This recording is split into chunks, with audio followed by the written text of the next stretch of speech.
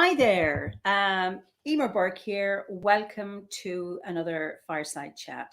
And I think this is our eighth one, where I am in conversation with a member of the Order of Bards, Ovates, and Druids.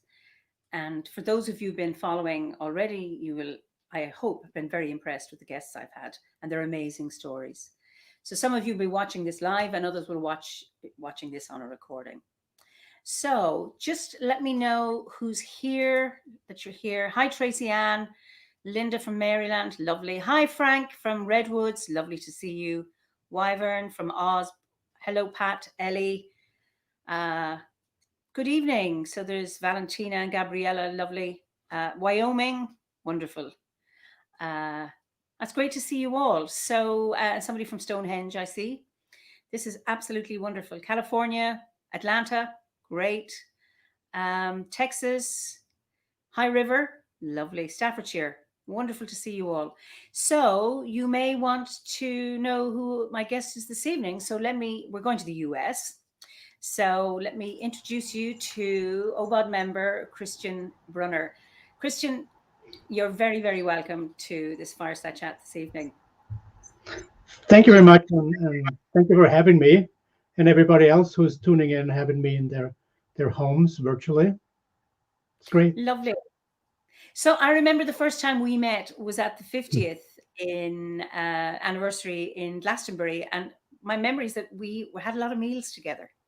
Yes, we ate a lot. Not too much, but we always seemed to be, anytime we were in a restaurant or having, we always at the same table. So, and then we had bits of contact in between. So it's just lovely to have you here this evening. And one of the questions that I ask people is, okay, so you live in the US and you are Austrian. Yes. And just maybe people would like to hear as, why are you in the US? What brought you there? Yeah. So let me preface that was 23 years ago. Okay.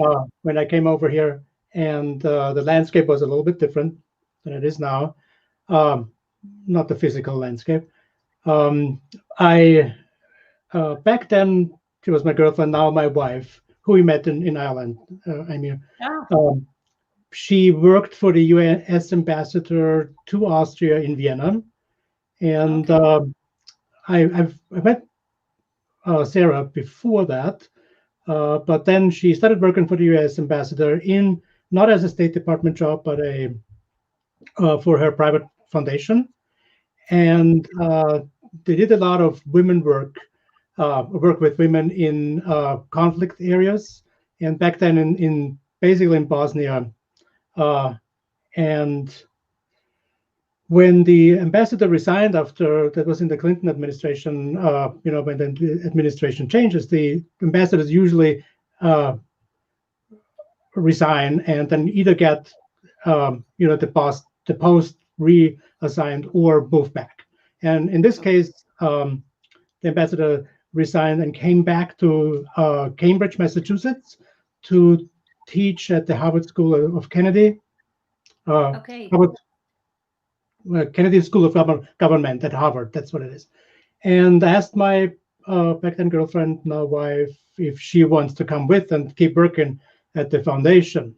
And we had thought about moving over here, but it's a big thing to move a whole household to another continent. And that was a very good opportunity. And so we said, well, let's do that. And she moved in here in summer '97, and I came to the US on Halloween of '97. So literally ending, a 32-year phase of my life on that particular day, and starting a new one on Samhain, if you will. Oh, wonderful. So why Druidry? What brought you to Druidry? Well, that has it started long before I knew about Druidry. And I think that many of my Druid friends have the same situation, and I've heard that here as well. I started working with, and I use that term sort of from the anthropological, in an anthropological sense, with shamanism, and worked in Vienna with a group of naturopaths, if you will, with clients using methods of shamanic practice to help for years. And then I moved over here, and I kept doing that. I reconnected with people who do the same thing here, and at the same time, I started to write a book because I wanted to pen down my experiences that I had, but as a novel back then, and B, because I wanted to keep sort of my connection to Austria, my connection to German as my native language up. And so I wrote it in German. It's like almost 400 pages long book. It's published in Germany and in the German-speaking world.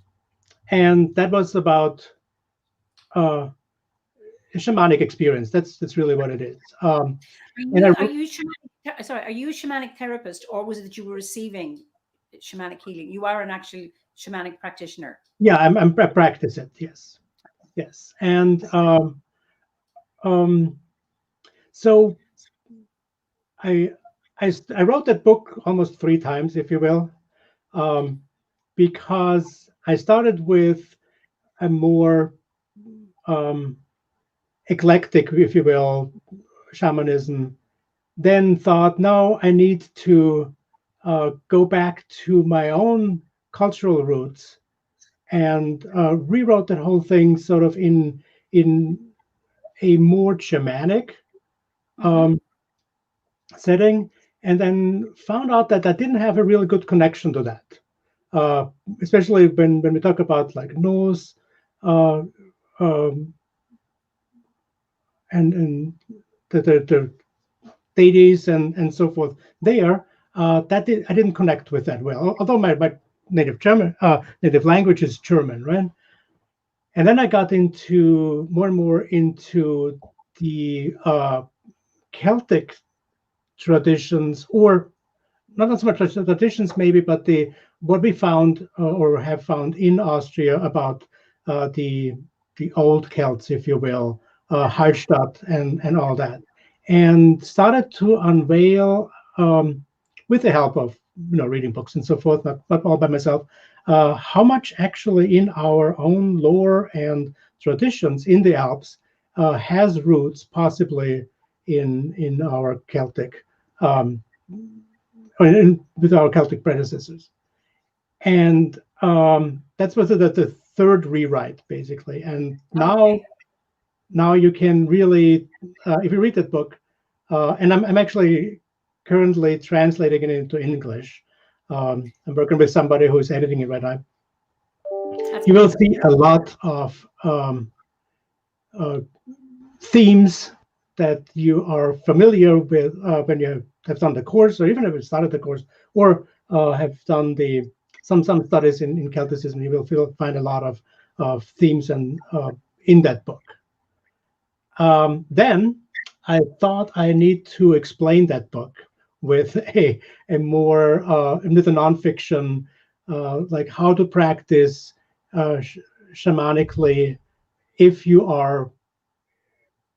have any connection with the Alps or with that region, or in general, like how do you do your shamanic practice within your own culture or within your own locale, and not grab things from all over the world, basically.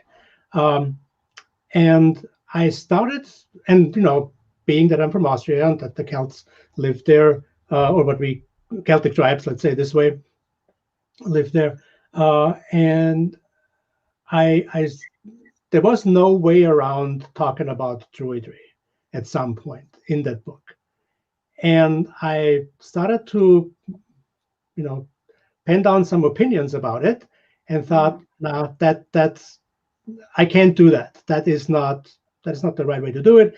I have to learn about it more. And the only way that I really thought I can learn it is by doing it. And I got a book from Dave Smith here in Rhode Island, Under the Expanse of Oaks. And he mentioned OBOD then at the end of it as a source for more learning. And I came home when I started that and the course. It was sort of, when it works shamanically, you're really into our archaic ancestors. It's raw. I like it very much. It's not very philosophical. It is not so much, although you can do it, not so much connected to a culture. And it is, but you start working with that. But that Druid, then especially the brain stuff, the intellectual part of it was highly intriguing for me. And I could still do all the things that I did, working with the elements, directions, plants, later on in the OBOD, death and so forth, which I'm more and more fascinated with in like to deal with it, and having worked with Christopher Hughes a lot in his books. So that just was really like coming home. It's interesting. My experience was I read Cassandra Eason's book, The Modern Day Druidess, and at the back of the book she mentions OBOD. And that's how I got in, and then I came home. It's a very, very similar process. So you've written your book about the Austrian Alps, and you're no longer living in that landscape. So now you're living in Massachusetts, isn't it?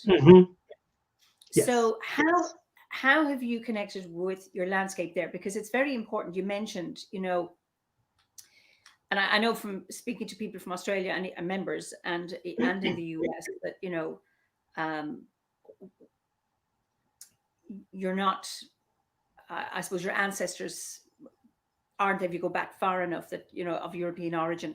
How do you find your space? How do you connect with the landscape? Are you appropriating, or all of this kind of stuff? So I'm really, really interested in how people who are not in the home of their, I suppose, more recent ancestors, how to connect with the landscape, because Druidry is so important about connecting with landscape. Yeah. So I'm really interested in how you, from Austria, with your roots in the Alps, and how you connect with your landscape now in Massachusetts. Well, one thing I have to say, it is so flat here. You've got the opposite extreme. Okay. And I'm used to like see mountains around me, and I never thought of it when you lived there in Austria. You have that, but it's kind of, you live with something having your back, if you will. You have something that encloses you. You feel kind of safe Contained. in that sense, right? Although that the Alps are, when you think about it, it's not really safe, especially when you go into high Alps. You have like avalanches and mudslides and really heavy thunderstorms and all that. But you have this feel. Where I live now, and that's just to set the stage here. It is absolutely flat. I live on I think 16 feet above sea level. That is, yeah, that is nothing. It's like a tall ladder above. And so that was hard in the beginning, definitely, and just from the feeling. Yeah.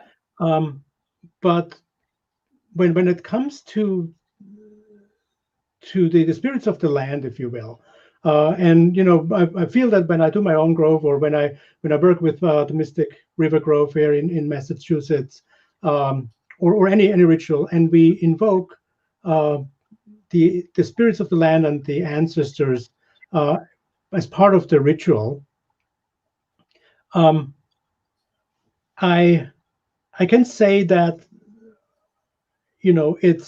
it comes to me, or to one, if you will, even if you maybe not know the names of the local, or the really local people. We're talking about the Native Americans here, gave those spirits, and there, but you feel them still. You always want to make sure that you have that connection. Um, and the other thing is that my big connection to the land has always been the Earth Mother, if you will, or the big mother. So not so much a local spirit, but the planet itself. And I had a really awesome and influencing experience at one of our, so the Mystic River Grove Samhain ritual a few years ago.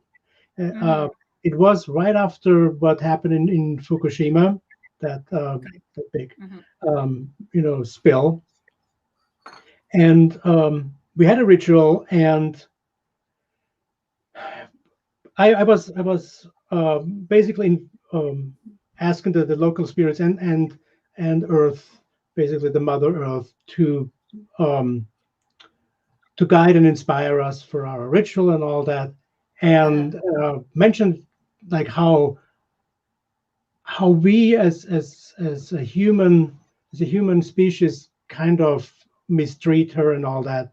And I was like kneeling on the ground and holding my hand on the ground, and said something, choking up because it was so overwhelming, and called her mom. And then I don't know, maybe 3-year-old or so kid from one of our Grove members came into the circle. I was in the circle at that point, and squatted down next to me and looked at me in those big eyes and asked me, "Is this really your mom?" And all I could say, "Yeah, it's our mom." And that's really how I feel you can connect anywhere, if even if you don't know the local spirits and deities and so forth. You have still, you're on the same planet. The whole planet is connected. I know it. I was in Iceland a couple of years ago, and there is a mall in Iceland that we can then go through, and the crack between two continents, the American continent and the European continent, you can stand with one foot on one side and with one foot on the other side. It's all connected. There is no doubt about it. And so if I hold my hand down on the soil and earth of, oh, sorry, I've cut you off. Apologies. I touch the Alps as well. That's my feeling. And the local spirit. It's all one.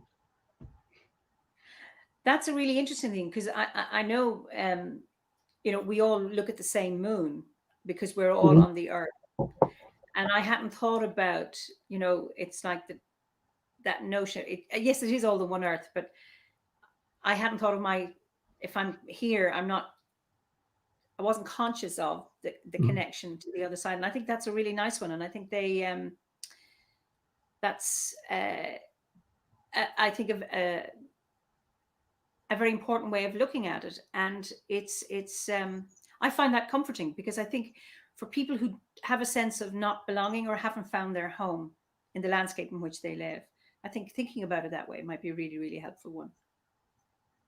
Yeah. So I'm thinking of that little child. Somebody here just says, kids during ceremonies are a blessing. They bring so much light and happiness, and they also see more than we do. It's bittersweet to grow up. Well, I'm actually glad I'm a grown-up. My adulthood is better than my childhood. But just to come back to, when did you have your first spiritual experience? Like, was it as a child? Well, let me.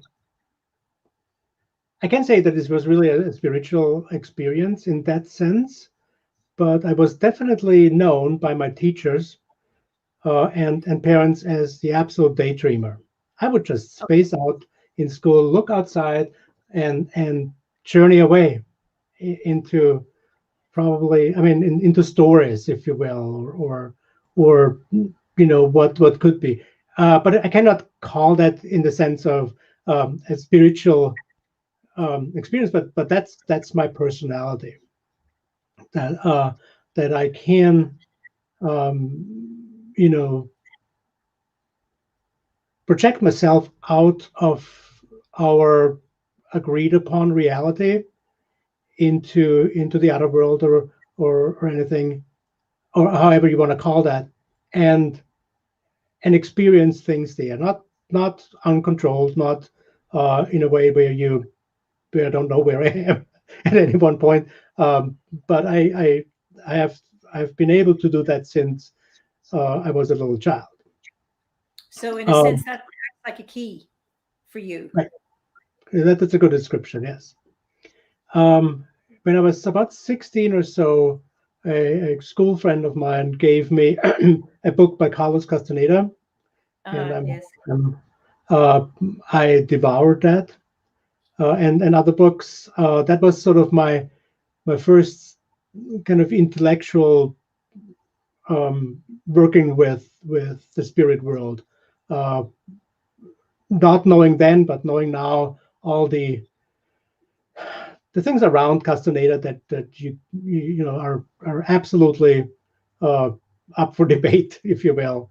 I'm not a so I know the criticism. I share some of it, and I don't share all of it.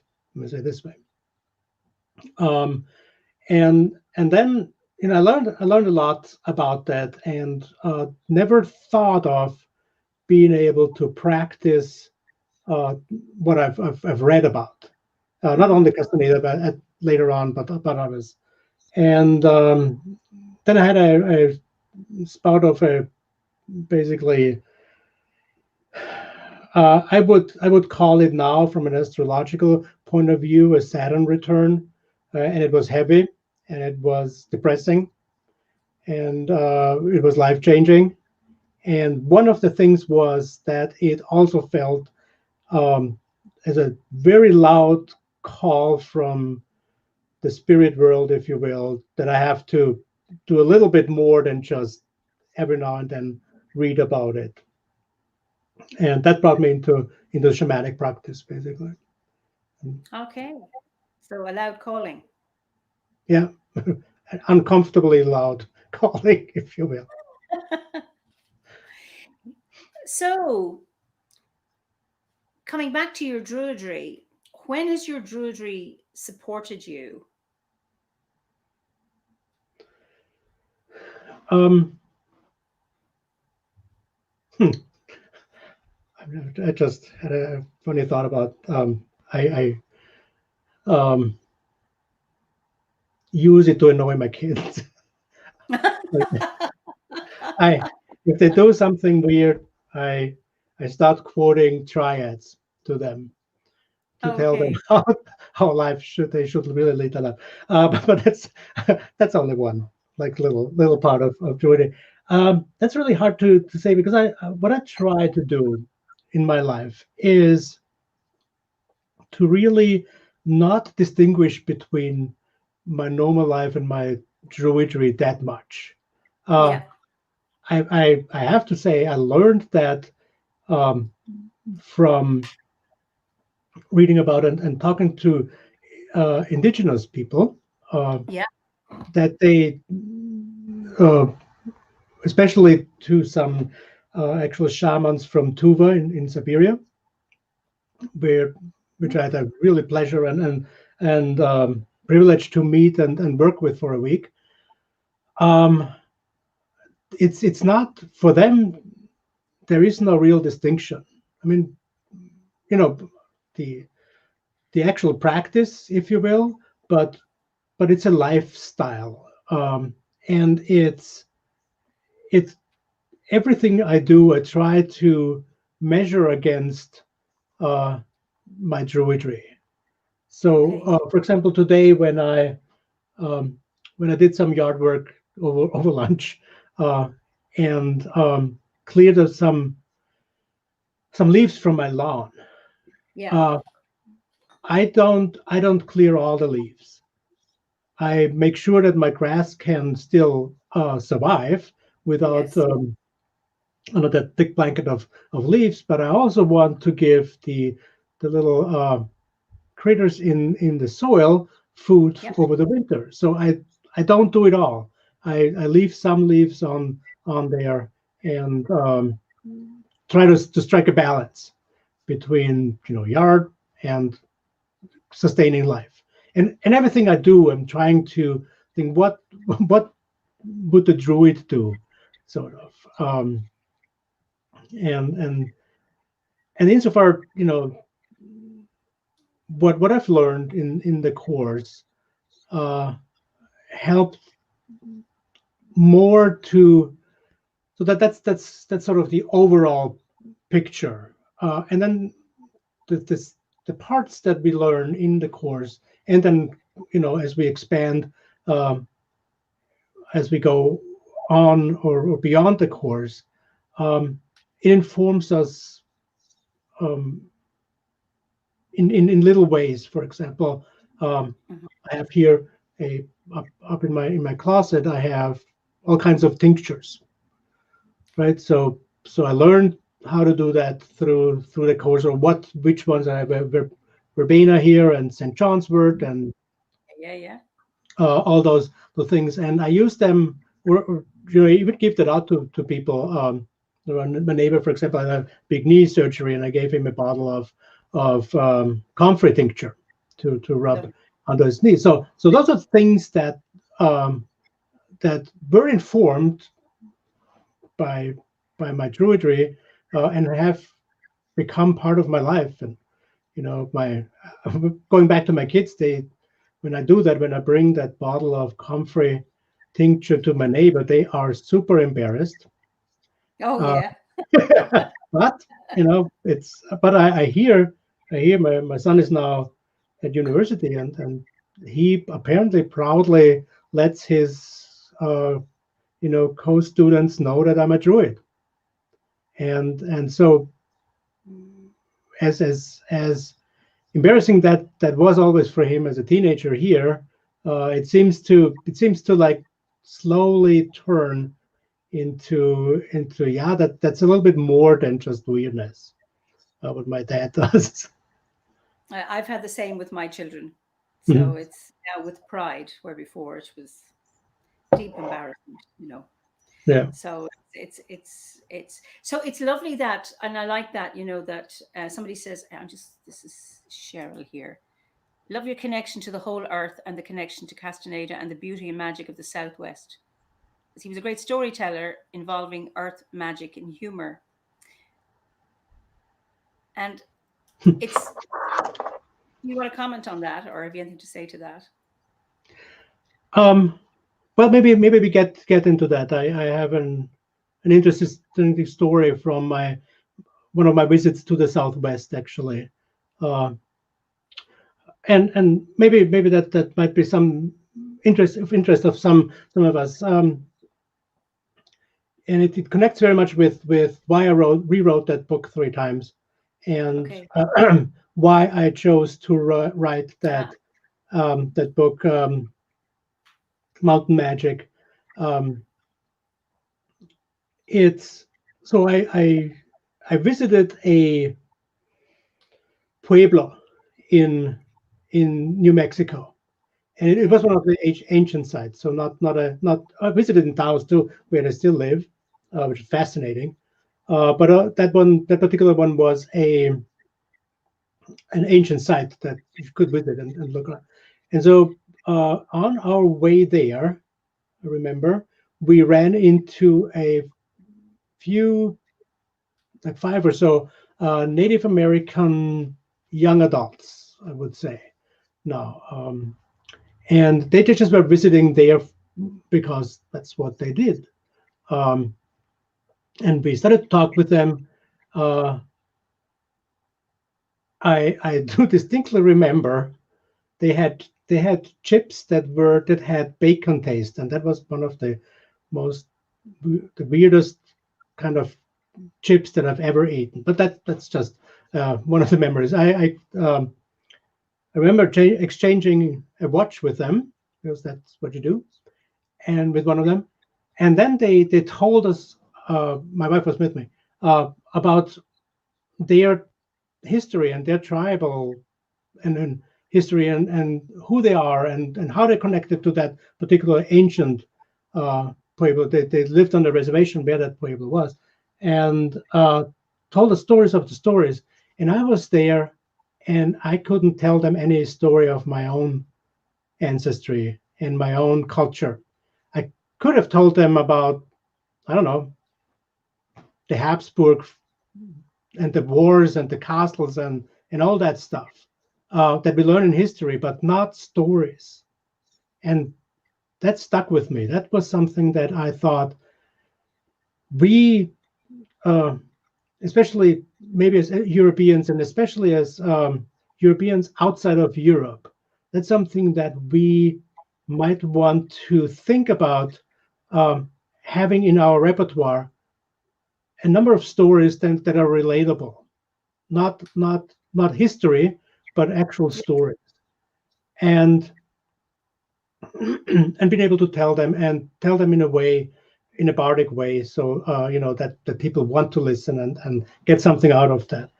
Um, and what I find, or still find very important, when we talk about cultural exchange, it is often the case that we as European, or from European ancestry, we get a lot, but we are not able to give a lot, because we're kind of, our whole education system is not on the same level.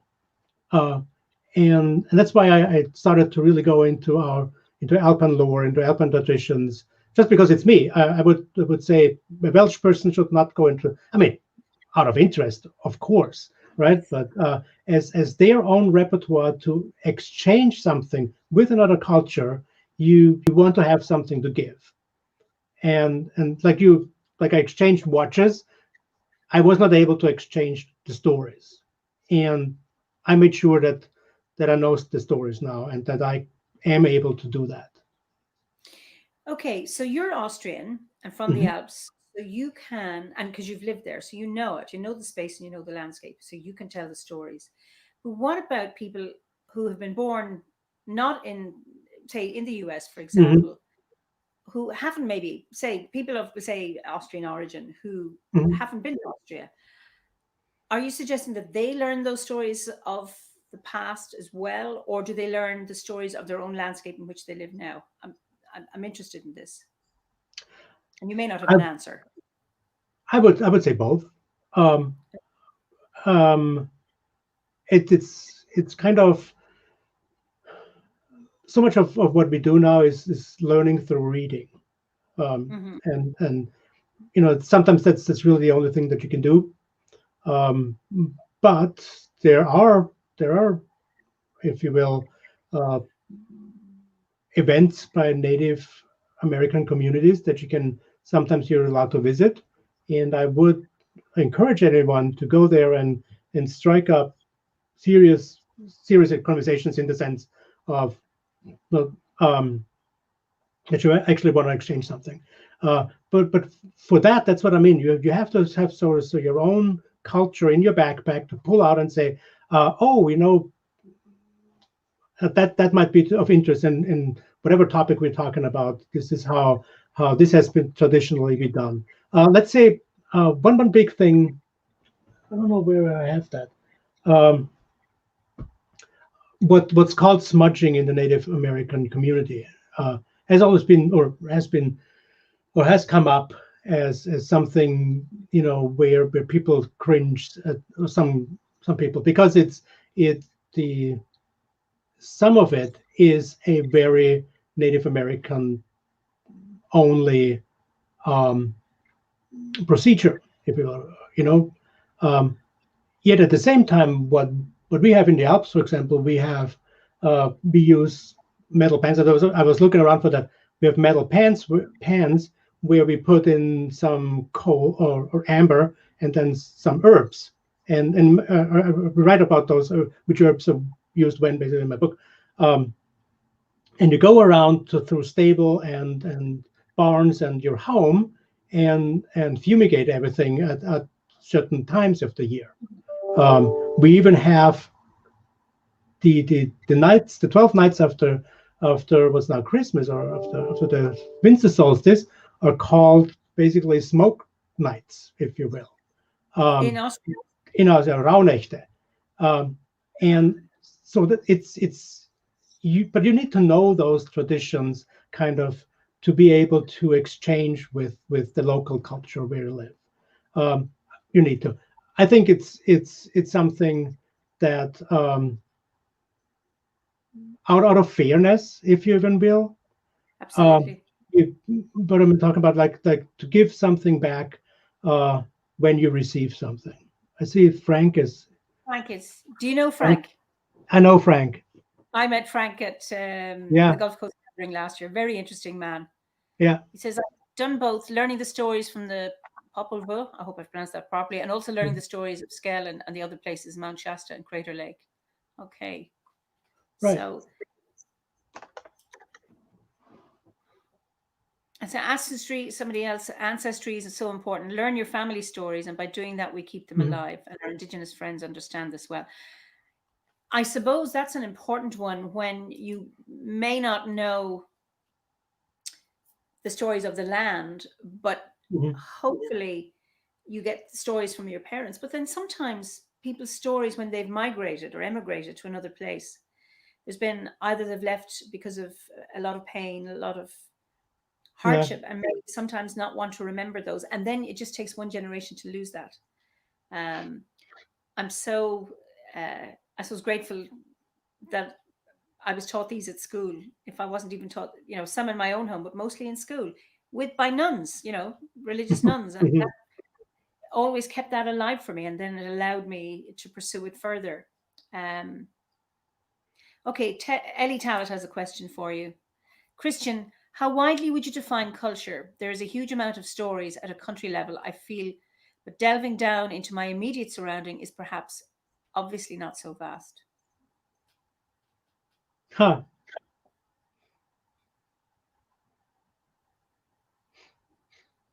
Okay. That's I've been thinking about that, and I might not be able to give an actual answer, but maybe some food for thought. When you think about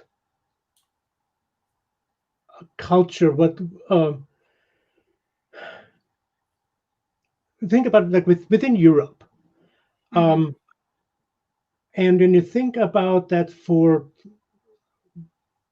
thousands and 10,000s of years, human beings have had a very deep connection with the sun and the moon. Time as a timekeeper, as a season determination, and so forth. So there's a really strong connection, and every culture on this planet has a connection to those two illuminators in the sky. And yet, when I drive from where I lived last in Austria, in Salzburg, about 2.5 hours south, I arrive in Italy. And it doesn't apply to English, but in German we give everything a gender. Yes, right? Same in Irish. Yeah. Interesting. So and so do the Roman languages. And for us in German, the sun is female and the moon is male.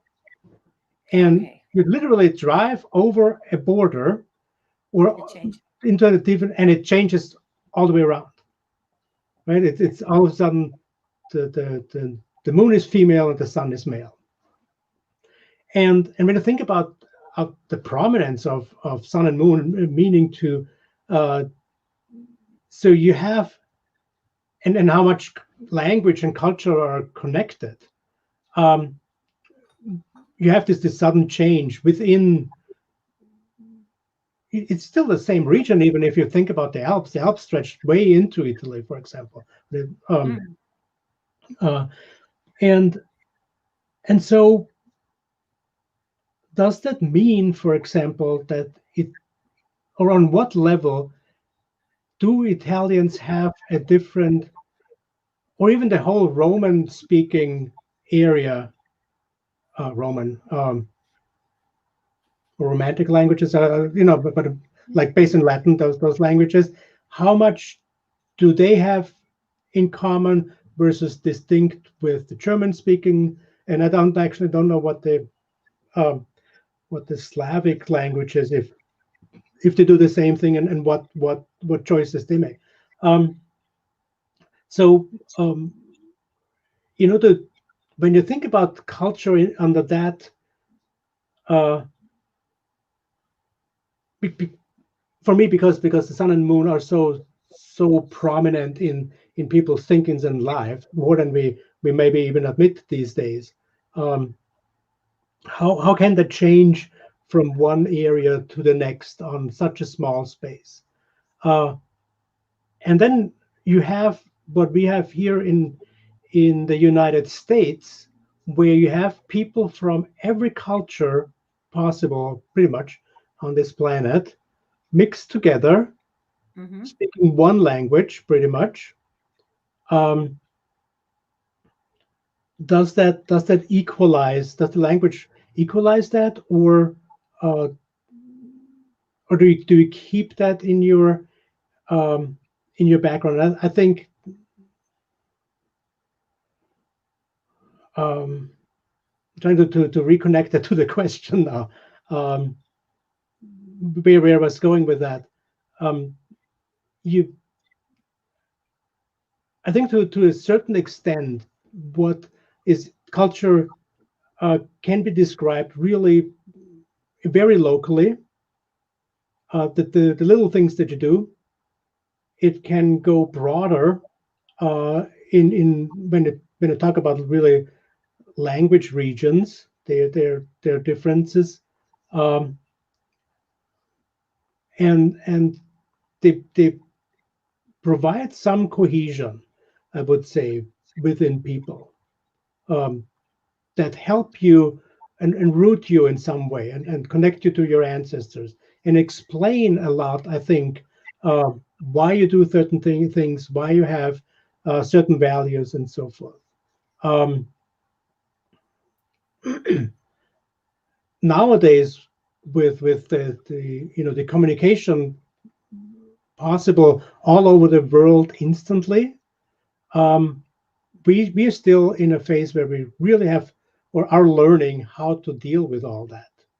And sometimes, unfortunately, it clashes, and sometimes on the other hand, we're trying, of course, to find ways to process that almost instant, within a few decades, if you will,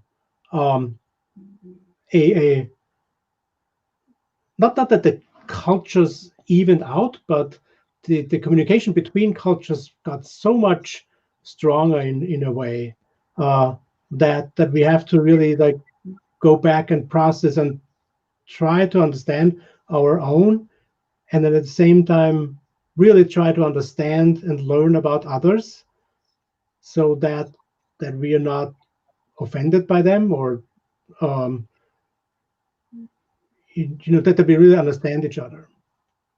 That's interesting, because I grew up in a very tight, Roman Catholic Ireland. 97% of the Irish were Roman Catholic at the time.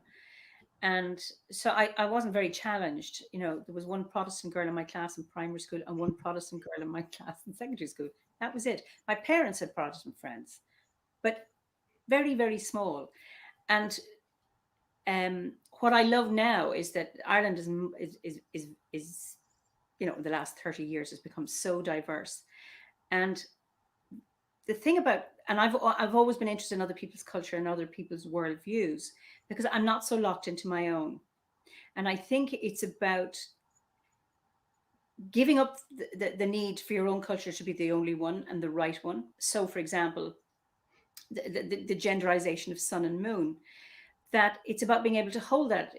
I look at it, if we go for a meal in a restaurant and we have a menu, there's certain things I cannot stand and don't eat, but you're happy, you eat them. I like dark chocolate. I don't particularly like milk chocolate. I don't drink much coffee. I prefer tea.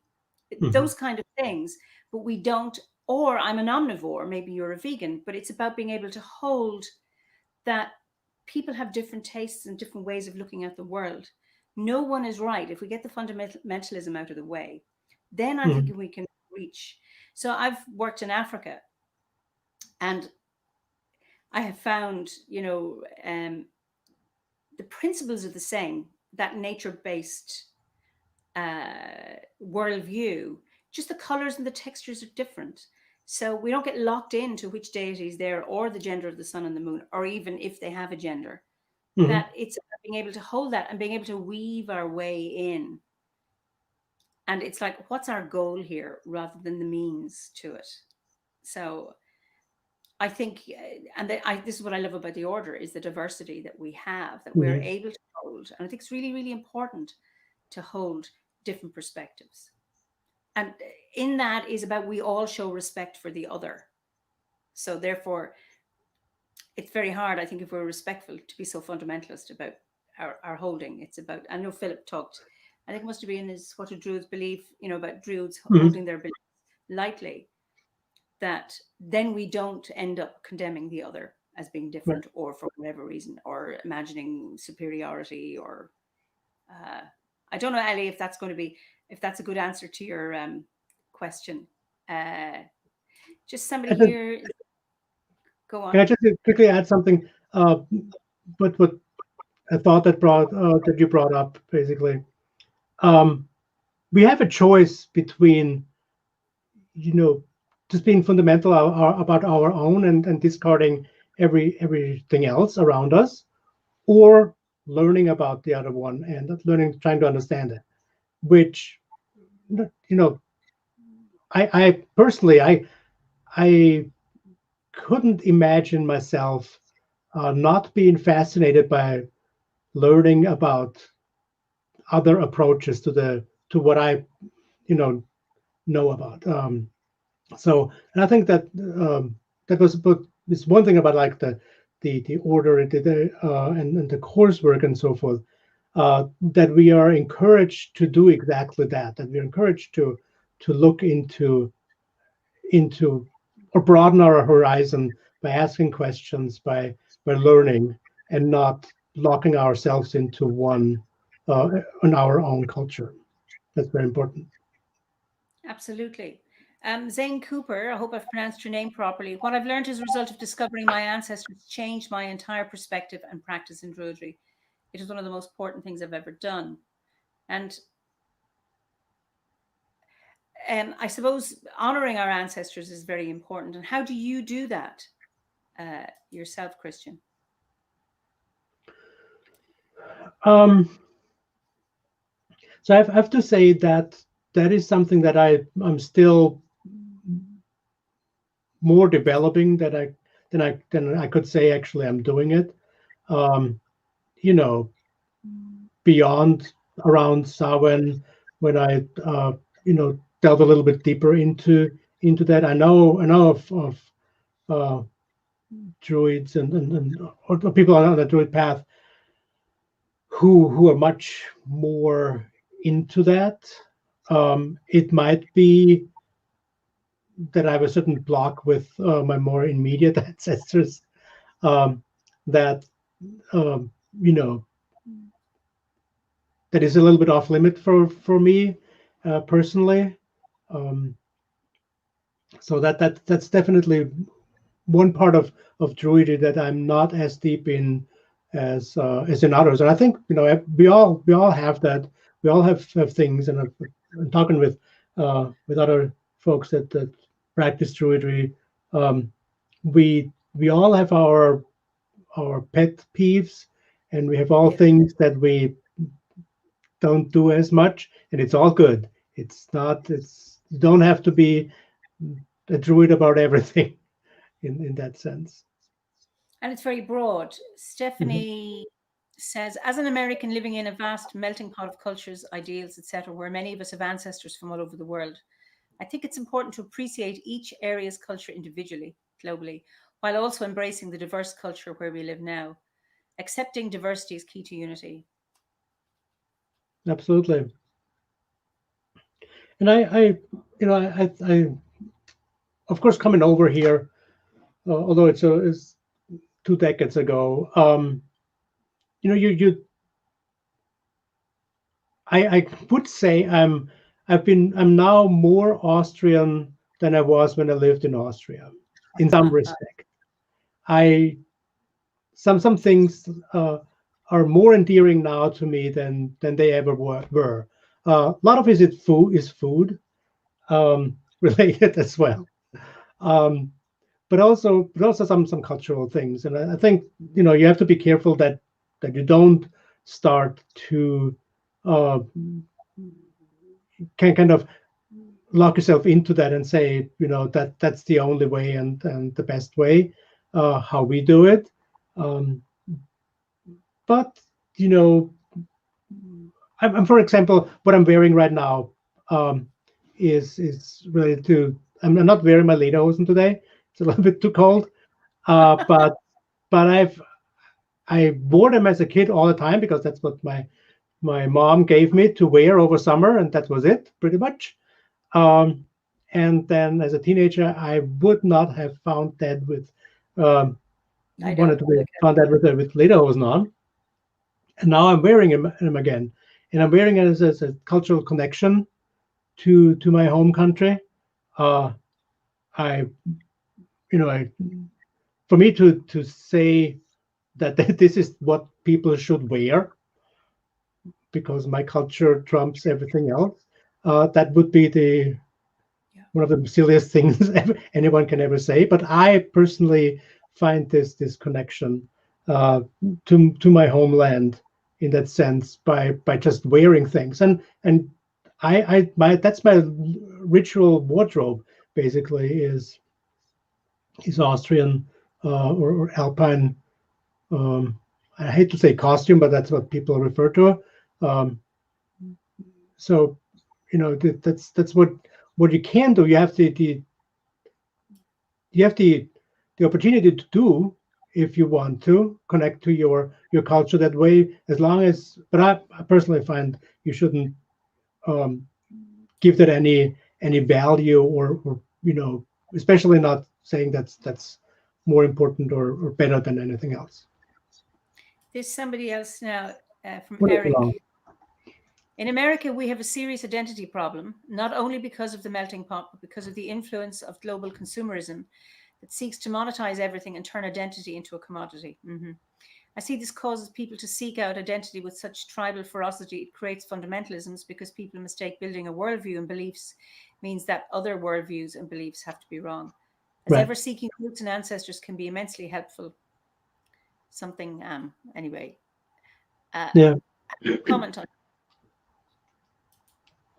And that's one of the things that I learned also when I go into especially Central European history. Um, Mhm. I find myself connected to um, what we learn basically in the course, even though it is sort of very much rooted in Irish, Welsh, and Yeah.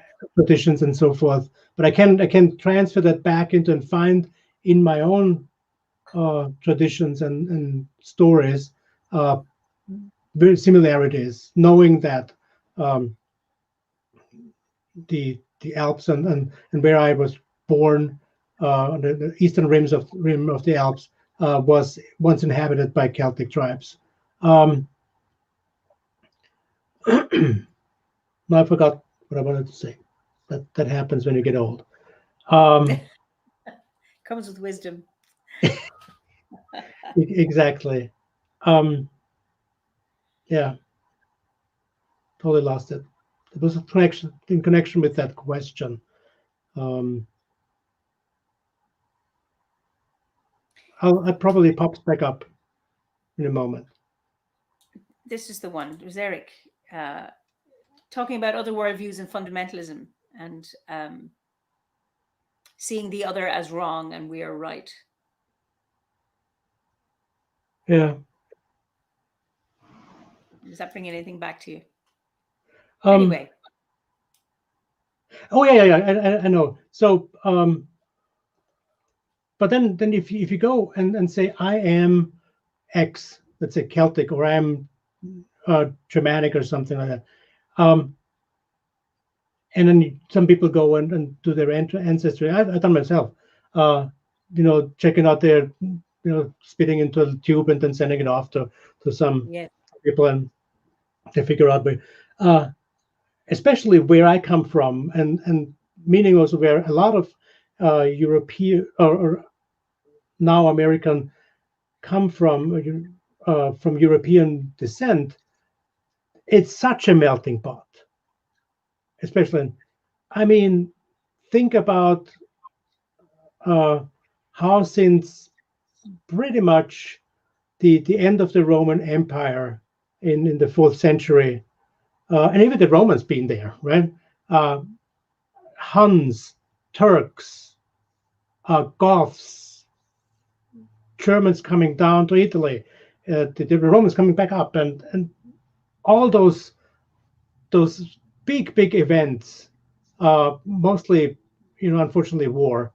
Um, mm, how that mixed everything up, and to really like insist and put your fist down and say I am a certain ethnicity.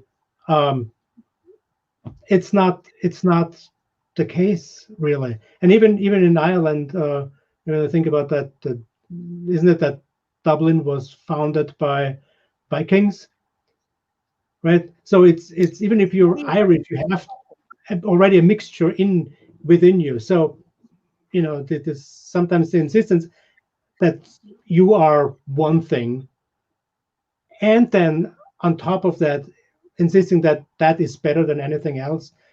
It historically, and from a humanitarian point of view, it's just actually ridiculous, to be honest.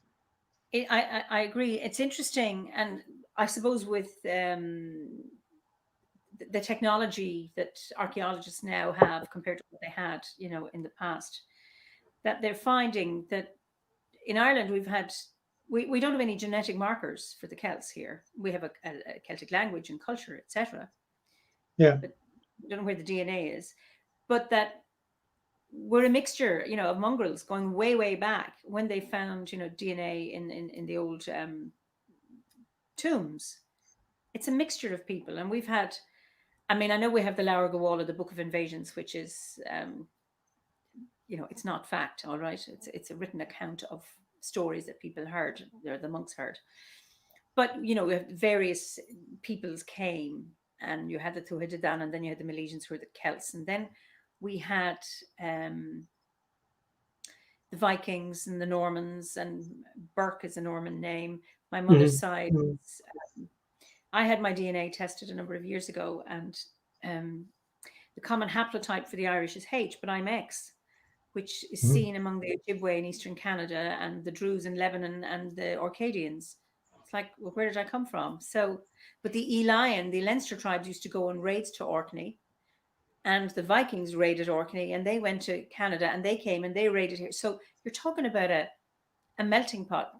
And I think that's something that we really need to recognize, that the notion of racial purity is a load of nonsense. And also genetically, we need that intermixing to survive.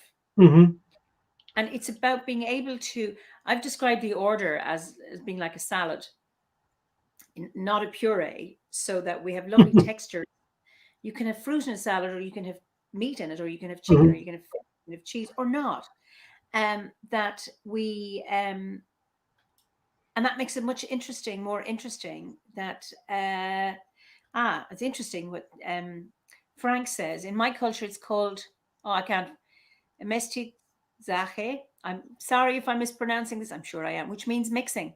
I'm proud to be a mestizo, the person with all kinds of good ancestry. And I think that is, a wonderful way of looking at it that allows that diversity. And so I think what we could do, and if I may say so, and even hopefully that's helpful for folks who are struggling with that, or trying to find like where to connect and how to connect best. Out of my own experience, and the experience was writing the book 3 times over, because I could not. I could not remember the details of the Norse stories that were, or and Germanic stories, for example, especially about the realm of the gods there. But I could very much so with my own in the Alps, and much better with the stories that we are introduced to in the course. So that at some point I realized that whatever clicks, whatever kind of deeply is deeply meaningful for you, that's where you're spiritually drawn to, probably. If you cannot force yourself, I found I could not force myself to learn detailed pantheons outside of what I find now my sort of the Alpine pantheon of gods and goddesses, or but once were. That resonates, that clicks, that has a deep as I can remember it, and I can retell the stories. I would fail with those outside, and with that I knew that might not be really my spiritual connection. Then I cannot force it just because I speak German, and whatever, I find myself Germanic, if you will. I couldn't force it by that. I had to test, and I had to find the one kind of cultural, spiritual way that resonated. Okay. I've been really appreciating the anti-racism work that is rooted in the body and the knowledge of epigenetics and the way that trauma can show up, not just in the body, but in an entire culture. It's a really interesting one. I think if we approach it in this way, we can approach even our problematic ancestors, as you were discussing, Christian, with the hope of healing. I've noticed just some of the threads people are talking about, the not so savory ancestors and how we acknowledge those. And I mean, we can have, I think, a lot of ancestral pain in our family line, in our immediate family. Mm-hmm. And then also there is our cultural ancestors, and that can cause a lot of pain as well. Oh, yeah. And then I just wanted, I agree that this is from Eric again. I agree that racial purity is a very dangerous idea. Perhaps instead of worrying about what one's ethnicity is by reifying it, it makes more sense to talk about one's ancestral story. And then we come back to stories again, going down through many generations. Identity is narrative in many ways. It doesn't have to be all this or all that. I like that. But without exploring one's ancestry, either with DNA or genealogy, you have no story, which I think makes us vulnerable to fundamentalisms to fill the void. Thoughts on this? That's a really, Eric, that's a huge question. I mean, really interesting. Do you have any response to that?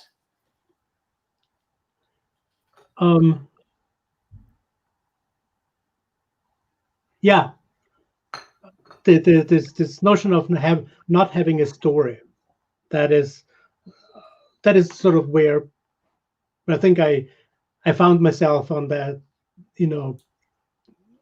ritual place in front of the Pueblo where I met those Native American folk.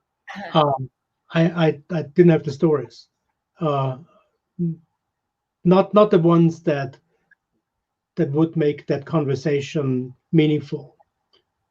And I think that's when you think about bards Yes. and the traditional bards and how many stories they had to learn, like what 350 or something like that, epics. Yeah, yeah. And so for that's exactly what we.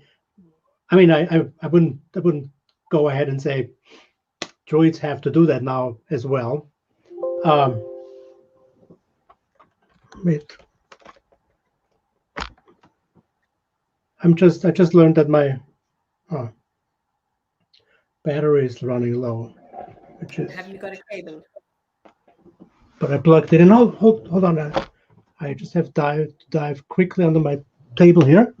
Okay. So I just say while we're waiting for Christian, it's something around Christian talking about not expecting druids to be side stories. I think it's important if we can actually know our own story. May not be, not everybody's a bard, not everybody's a storyteller, but that knowing that and even having it within you and being able to absorb your story, however that is. Now, here's a really interesting one from Colfinna. I'm not going to dare pronounce or attempt to pronounce her name. I Icelandic. have no, is she Icelandic? Okay. I have no story, so I focus on being the best future ancestor that I can, teaching my family to care for the planet and the people on it, and to learn about as many cultures as they can to broaden the worldview. I think that is so important because often I ask that question of somebody: how can we talk about our ancestors and all of that, but how can we be ancestors ourselves? And I think I really like that. And that is your story, actually. Yeah. Story going forward. Um, so, do you have anything to say to that, Christian? Um, I mean that is a very good insight and comment, and I think that's especially when we talk about droids and droidry, might be something that we really want to work towards. Um, to make sure that we are kind of the best version of ourselves. When you think about like integrity as one thing which you could kind of define as something that um, if your life's the way you live your life and your integrity is something that others would aspire to, if you can grow into that, I Mm-hmm. think that helps you in your druidry as well, because then you know that that you're on the right path, you know. And so being that say in a similar way, trying to be the best ancestor to your future generations after you would fall into that call for druids. I know, I say, as a psychologist, that working with people's stories and the painful stories, and often how people are trapped by their own pain from their either their family or their own immediate experience, and that often we're scripted as, oh, this is, I'm stuck with this script, this story, because this is of my past.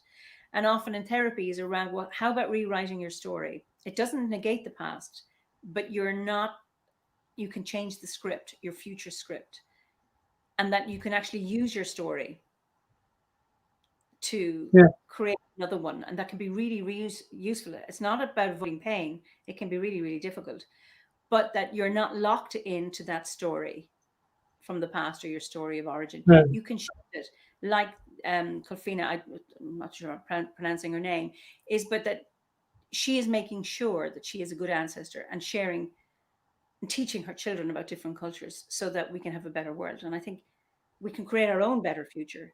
And if we all do it, then it goes a long way towards making this a more uh, diverse and safe place for diversity and for people of Mhm. difference to be. Okay, And I somebody would, says, oh God, sorry, I'm not that. Oh God, it wasn't at the comment. It was at me and my my techie business. When we are born, a book comes to existence to write our story, and it is our job to fill it with stories we want others to read. I think that there's so much in that. right, right. And I would add to that maybe going back again to how many stories the bards learned to be really rooted into their tribe and culture in that sense. Mm-hmm. And then they, uh, it is said that they went into kind of a cave or something, Yeah. deprived of every stimulus other than that rock on their belly to come up with their own. And there is, I think, a reason why they did not start with that and then learn the stories, the 350 epics, but learned them first, um, because you might want to think about like the connection that you have already established in your life, how your life to root your story in something, Mm-hmm. uh, even though it's new, even though you were the originator of that story, as that woman from Iceland said, you know, being the ancestor, the best ancestor for uh, I think that's your computer. Oh, are we losing him?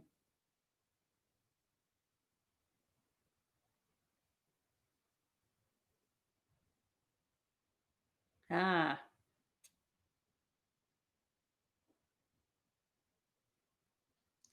I'll just show a text. In my past, I'm German, but my mum was born in Budapest and dad was born in Yugoslavia. Ancestral searchings located our ancestors in France, in Gallic Celtic regions. So there is Celtic and Hungarian ancestry. So I love to describe me as multicultural human being, and I love especially this openness in the order. And that's lovely to hear that, Carola. And there's something else, but the ethnic origin thing, where we're from defining our spirituality, it can be false. We are all from Earth, and people have always migrated and moved around here. Absolutely. I used to think my Norse ancestry meant a lot for who I am, but before my great great grandmother, my ancestors might actually have come from anywhere. True. What resonates with me, I keep, as long as it doesn't hurt anyone. And I feel that my guides just want me to live as part of the whole that makes up all living things. I think, Renata, that's very, very sound. And it's about working with what, and that's also with, I suppose, what I'm going to invite Christian back again. Hopefully he'll make it. I don't know if you can see me now, if I've cut you off. Okay.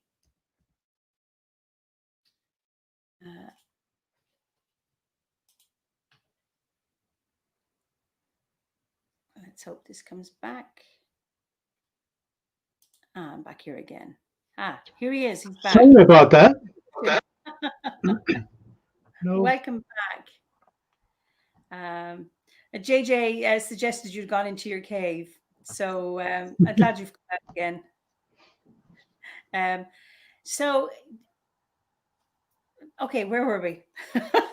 Just we were talking about the ancestors and how to kind of create your own life stories to kind of shape your, well, the question is like, but who do you really shape in that?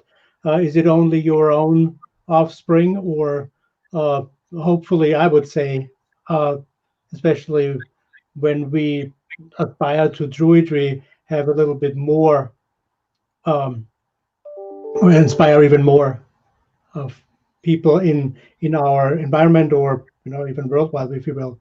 I remember Christopher Hughes talking about that in when he talked about his book, which was back then called Journey. this book about death, basically. Mm. Gave an interesting talk about that and said, if you think about what one person's lifespan is relative to the 4 billion years the Earth has existed so far, it is but a small fraction of a second, right? Yes. If you would put the 4 billion years on a 12-hour or 24-hour clock, and what we can do though is we can expand that a little bit through our um, through our influence on other people, through what we do in our lives, and hopefully in a positive way, because there are other ways to make history as well. But of course, we have the choice to do it in a way that hopefully is helpful to people after us. Indeed. And it's interesting you're talking about, that woman was talking about her children, but it's for those stories. And I think our us as future ancestors, what we it's not it's for our immediate family, but it also goes out beyond that with the landscape and to all beings, all peoples of difference. And we think of so much pain in the world now, and so much suffering for various reasons, political reasons, racist reasons, oil reasons, resources, all of that people are really, really suffering, and that's around us to be able to embrace, uh, I suppose, the earth and her beings, and to be really, really mindful of that. Yeah, and that brings it back to that, you know, just squatting down once in a while, put your hands on the surface of the earth, hopefully natural surface, not concrete or something, but even that, um, and feel the connection, and feel how you really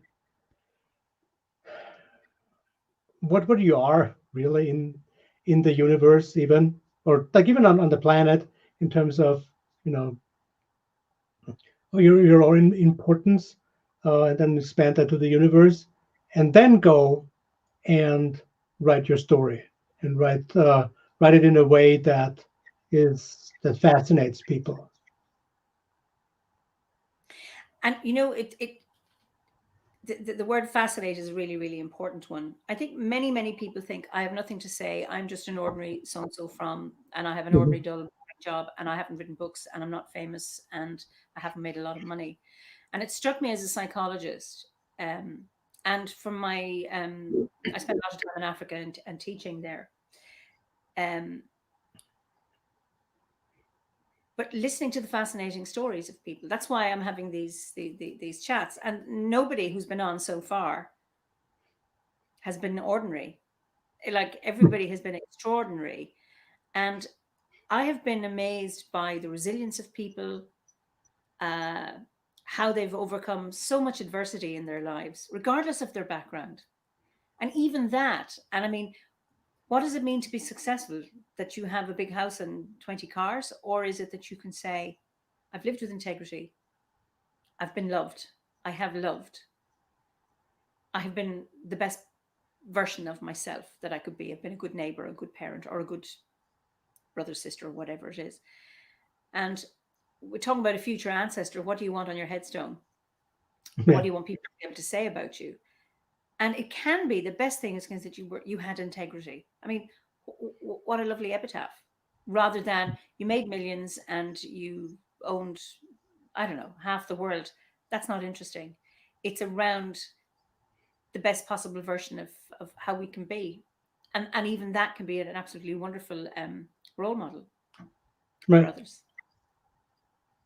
and make you likable, and people want to be around you, because being in the presence of your best possible self is so healing for other people. Um, And that is really, really simple, around a smile and a welcome. It's so important. Right. And that allows you also to bring it out in other people, Exactly. right? Because then you can converse and ask questions that bring out these interesting parts and facts and things that people are doing, and even if they think they aren't, um, and that's when you exchange stories, that's exactly what you do. Um, I mean, we have to think about in the Romans. I think thought of the Celts as uh, being kind of bombastic and talking up a good story. And what is the English word for it? Embellish a lot of their stories, but that's okay. That's part of the story. That's part of making it interesting for other people to hear, and then you can start a conversation coming out of telling the story and monologuing to other people. You just invite them to into a dialogue or Mm. a bigger discussion, and bring out and even encourage people to embellish, um, make their stories not, of course, not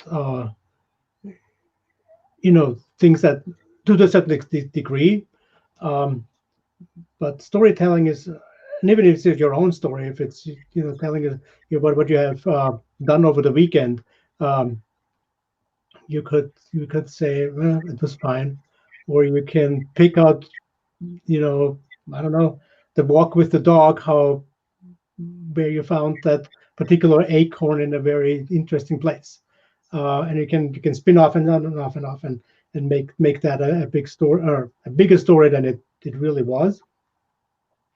But then if but going back to your question, like what the druidry or the druid itself informed my life. That's one of the things that when you tell the story and you process through that, um, you all of a sudden realize connections that you might not have had when you picked up that particular acorn on that particular place. But then you tell it and said, wait a minute, that was all right. The moment when I heard an owl, hoot or something like that, and things like that. So making things up right now, um, but I think that connects you with your environment as well as with the people who listen to your story, and may even make them want to go out into the forest and experience things like them yourself. And then you had already influenced someone, so an influencer.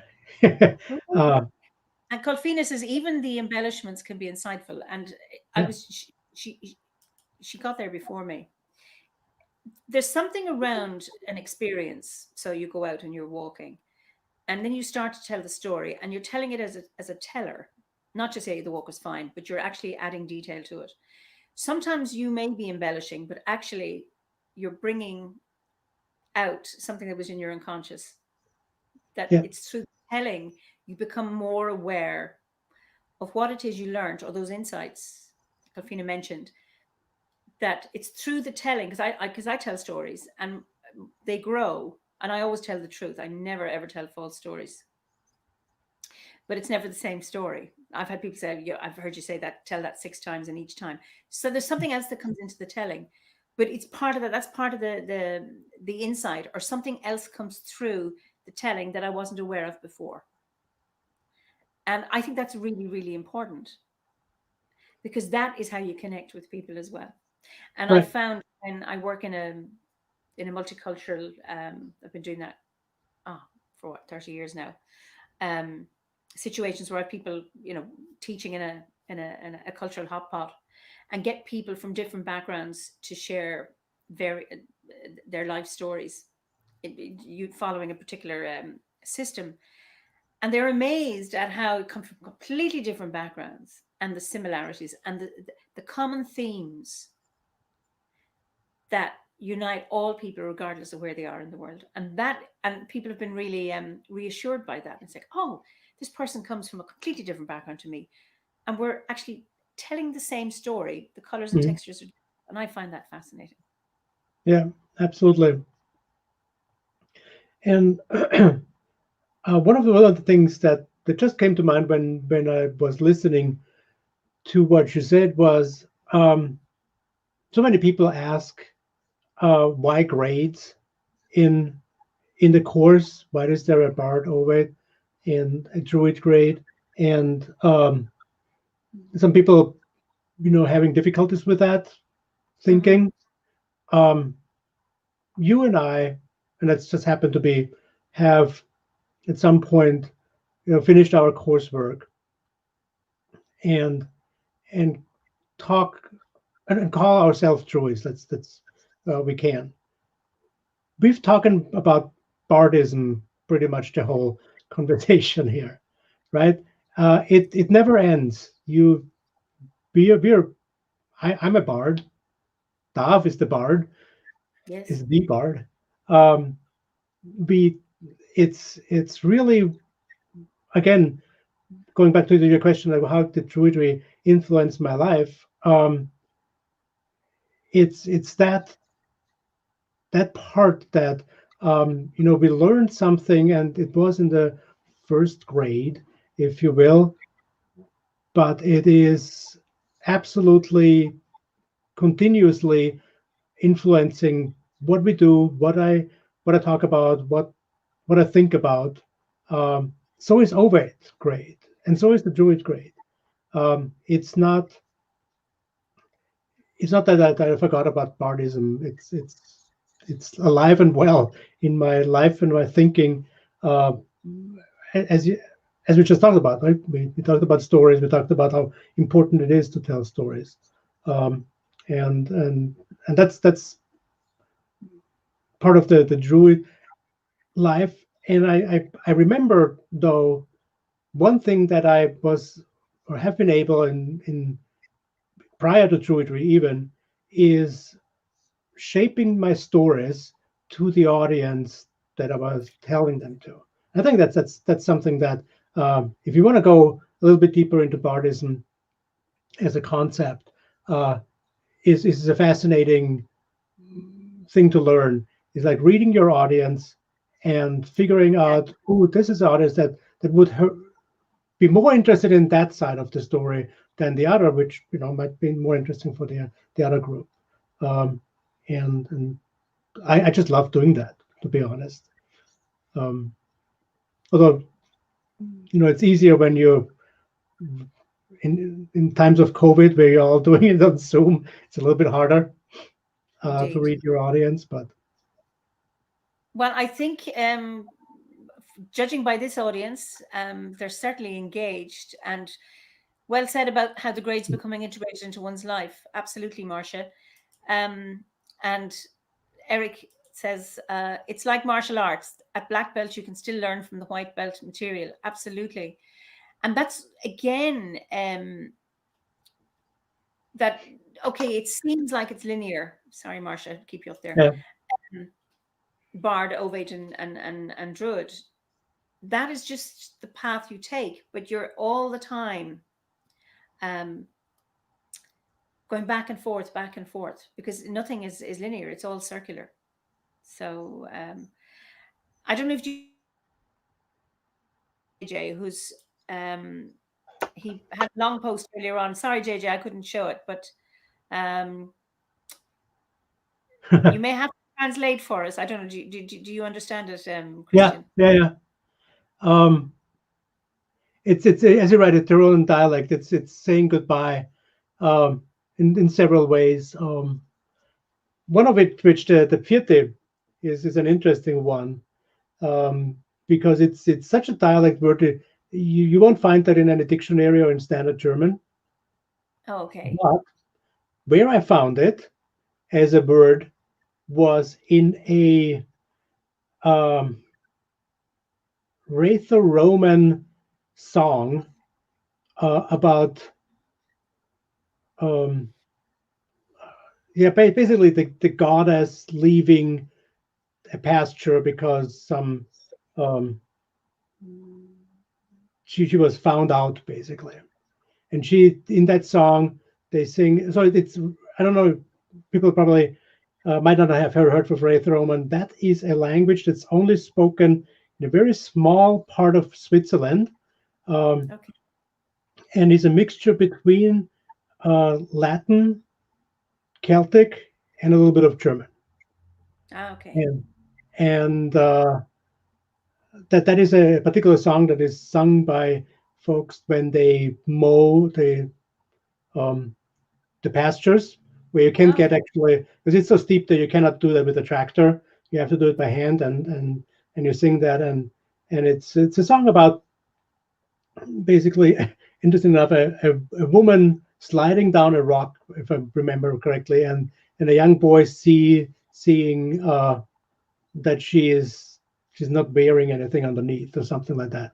And so he threatens her to tell the pastor that he saw her doing that, and that because it's not allowed. People believe that it refers to a fertility ritual, sliding down rocks. Um, it's a thing, um, and that there are rocks that are like super smooth and just slanted, and where women for thousands of years slid down as fertility rituals. And so the boy saw her do that, and that woman, uh, her name is Margarita, and that has something to do with it. But she offers him magical gifts, uh, a a sheep that sheep not a but sheep that he can shear more than twice a year, and meadows that he can mow more than twice a year, and a shirt that he doesn't has never or doesn't have to wash ever or something like that. And he's not interested in any of those gifts because he really wants to tell the pastor that he saw her doing the forbidden thing. And then she leaves, and in her lament, basically she says, "Vierte, uh, you know, you cows up here, and vierte to the meadows and all that." That's where I found the oldest um, reference to that word that does not officially exist in German. That's wonderful. There you are. I know. An unexpected story. It's Yeah. really interesting, the etymology of words. That's Oh yeah. that's fascinating. Um, one concern that you have about the modern world. One only. We only have time for one because I'm going to run out of power. One concern. Um,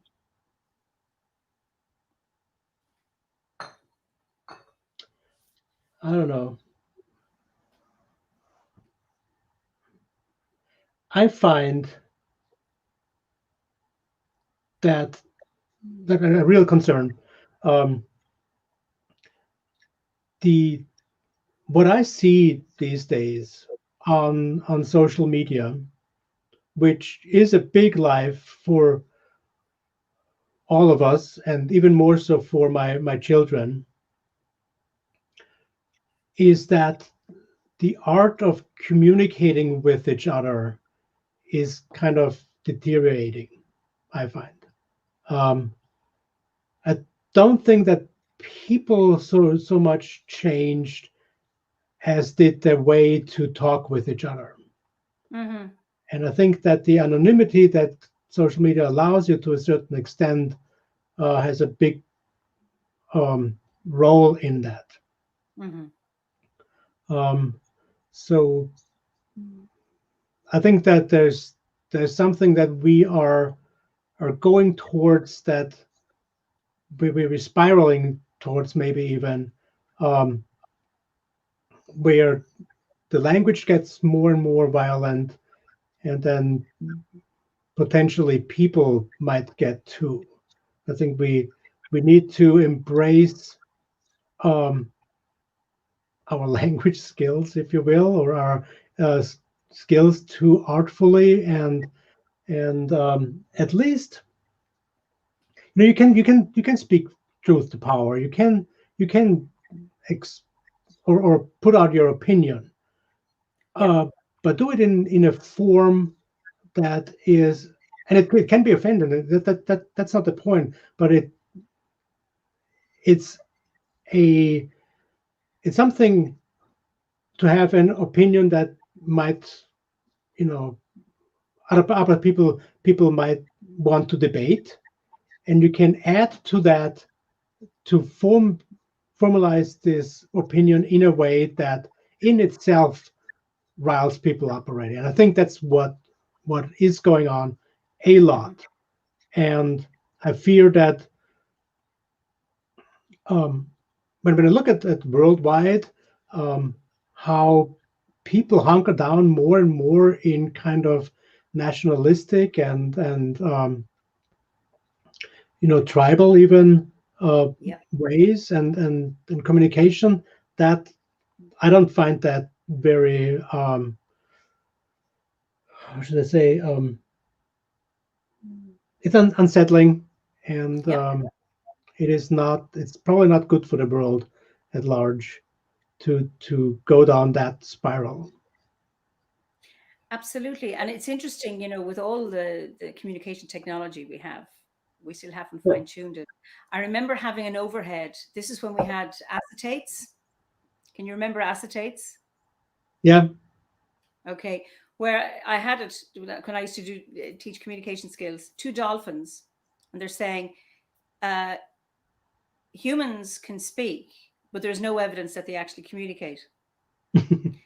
And I had that in the late 80s. And I mean, it's now, here we have it.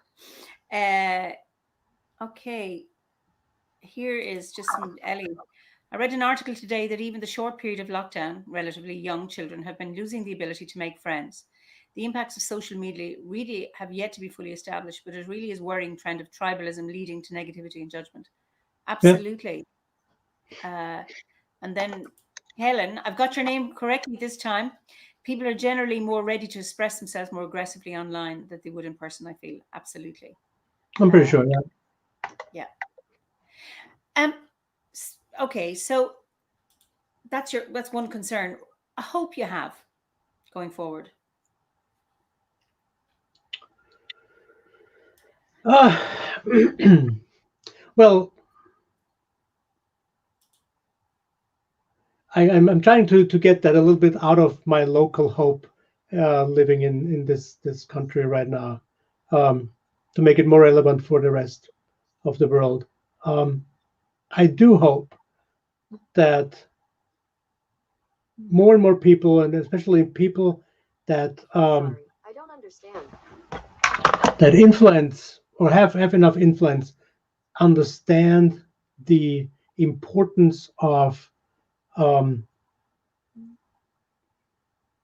making sure that our natural environment stays, or actually, probably we are beyond stays, is brought back to a state where it is no longer threatening. Because I think it's becoming more and more threatening to us as a species, but with that also to others. Um, and definitely we know that we and as humans and the environment that we create is a threat to an enormous amount of species. We lose, I don't know how many, but way too many every year. At some point, I think, and I hope that the generations that come after us are more in tune with that and are able to process that, without being bound to old mechanisms Uh, that hinder us to do that. the art of discernment is missed on many. That's from Jane, and it's a key role of the druid. Absolutely. Hmm. Um, and to get back to just somebody says working as a teacher, and um, I think that's referring to the comment of children. Um, it really struck me with my own daughter who's 18. Pre-COVID, she was always on some kind of social media or some kind of technology. And I think it really brought home to her and to me, I could really see it, and I think maybe a lot of young people have found that during lockdown, this technology wasn't enough, that they actually needed that physical contact. And I'm so grateful that even though we're in lockdown here in Ireland, that the schools are still open, that children and teenagers, or school-going children or students, are actually meeting face to face and have that. And I've seen a huge difference in her since she's gone back to school. Yeah. And I know it's around her social contacts that she's actually meeting, not just on FaceTime or whatever she's using, that it's actually being physically present with her, with people. And I think that's really, really important. I see that with my daughter too. She's only 15, going 16 now. How she craves being with her girlfriends, physically. But they FaceTime or whatever they do all the time. But it's a big issue that she cannot. There was a big of negotiation of a particular friend being able to visit her under what circumstances, in the house, outside the house. Can you go to the bathroom in here or not? I mean, it's crazy in one way. But my wife and I basically decided if we have to take that risk a little bit, knowing that the family themselves do their part as well. But the girls need to be with each other and sit there and giggle and talk about things and see the full body language and be together, really, not absolutely on screen. Jane says we learn about ourselves through interactions we have with others, and I read that. I don't know if you meant it, Jane, but through physical interaction that we have. I think it's really, really important. I mean, touch is so important, except we're not meant to be doing that now. All of that. There's this thing about the tension I've been aware of, in terms of my own work as well as a psychologist and myself, is that we're keeping people physically safe, but how about our psychological well-being as well? And the tension between the two, that our physical safety is taking precedence. Now, actually, if there was if you're involved in a road traffic accident, your body will be dealing with yourself and your healing at a physical level long before the psychological piece. But that is something that's going to be, that's something that I find myself around my own decisions around what's the best thing holistically rather than just physically. Right. So I'm going to add one final question. What is your favorite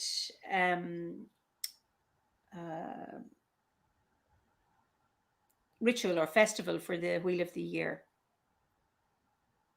Always the next one. I'm like a puppy in that way. It's like it's a new thing coming up. It's a new season. It's a new change in the Wheel of Year, and it's exciting. It's like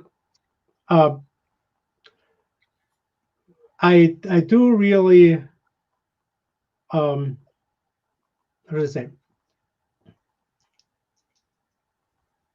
Alban Arthur is, I think, one of my favorites because there are so many traditions around it that are fascinating in the Alps. Beginning at beginning of December, going all the way through. It's actually from pretty much from December 5th through January 6th. Okay, all kinds of things going on. With the peak, the Alban of the solstice. If I had to choose, but it's really I'm really like as I said, I'm a puppy. It's always the next one that really I'm very much into and looking forward to. And for me, it's the one I'm in. Yeah. So, I mean, it's lovely to be able to enjoy all of them, Christian, it has been just such a pleasure talking to you this evening and listening to your wisdom, your interesting story. And I know from the comments that people have actually been really involved in this, in the discussion. And I'm Great. sorry I didn't want to comment on everyone's comments, so I suggest you go into Facebook later and look at All right. what people have been saying. So I'm going to say goodbye to you, but don't you go away. You stay there. I'm just going to stay sitting in your chair. I'll be back to you in a I will. minute. So thank you everybody for tuning in and gathering around the fire this evening. It's so wonderful to have your comments as we are in conversation, and I will look in. I know we're on many platforms. There's OBOD Facebook, there's my own YouTube, and there's Philip's as well. But it's just wonderful to have you and how we can share in people's lives. And here is one way that technology actually works very, very well. So I'm looking forward to seeing you next Thursday for another Fireside Chat with another, I know, fascinating member of the order. So, Slán a Goibh go léir, goodbye for now, and be well and safe in the coming week. And it's just a pleasure to be here and to know that you're with me by my fire and listening to my guest. So, goodbye for now.